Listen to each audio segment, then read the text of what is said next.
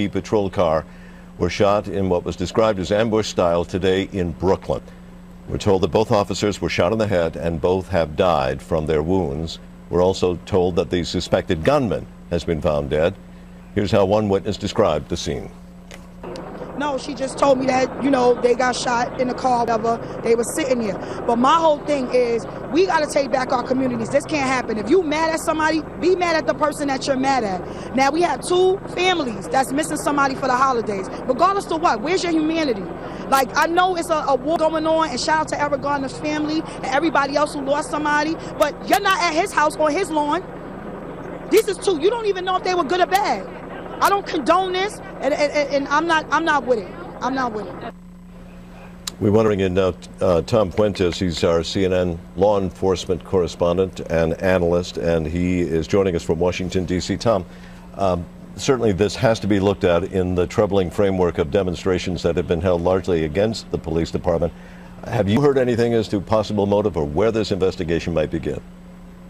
No, Martin, I don't. You know, they don't have the specifics yet that they want to put out. But just in general, if it turns out to be related to, you know, what's been going on in the news the past few months, this is something friends of mine in law enforcement, especially uniformed police officers, have been almost bracing for, because there has been so many people expressing so much anger at the police that even if the peaceful protesters didn't express or didn't carry out any kind of a physical act, they were worried that someone or some ones would be inspired to do it, and figure that that police officers are fair game right now to kill, that they're the enemy. They've taken over our neighborhoods, and they're hurting our people and killing our people and doing it for no good reason, and that there's no justice in their view, since police officers are not going to prison for having engaged in a police involved shooting and shot an African American.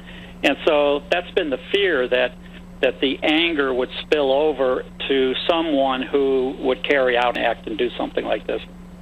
Harry Houck is also joining us on the telephone. He's a former NYPD police officer. And Harry, I guess I will ask you that prior to this incident, had those feelings that Tom Fuentes just described, this in the New York PD, that this was bound to happen, was that a feeling? Yeah, definitely. I agree with everything that Tom had said here.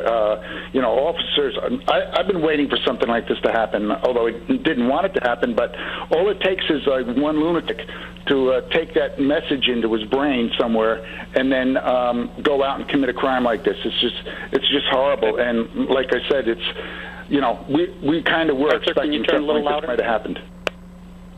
And Tom, the reaction is bound to be quick across the country as far as law enforcement, putting them even more on edge. Do you expect that in some way there would be a federal directive or investigation, or is this all going to be kept within local police departments?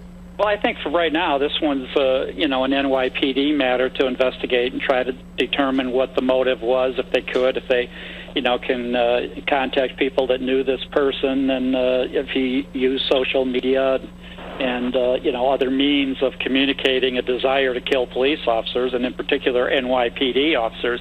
So, you know, that'll remain to be seen. It won't be a federal matter at this point to look into this, unless there's a wider conspiracy to kill police officers all over the country. That, you know, that certainly would be something worth analyzing. But for now, I think this is an NYPD matter. Mm-hmm. It was mentioned that perhaps the suspect had come from Baltimore, traveled to New York. Would that in any way change that outlook?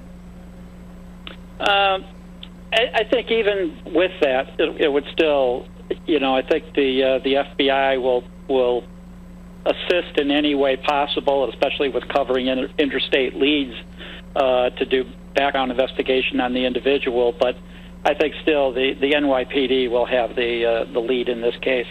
Mm-hmm. Harry, and again, Harry Houck is a former detective, I should say, in New York Police.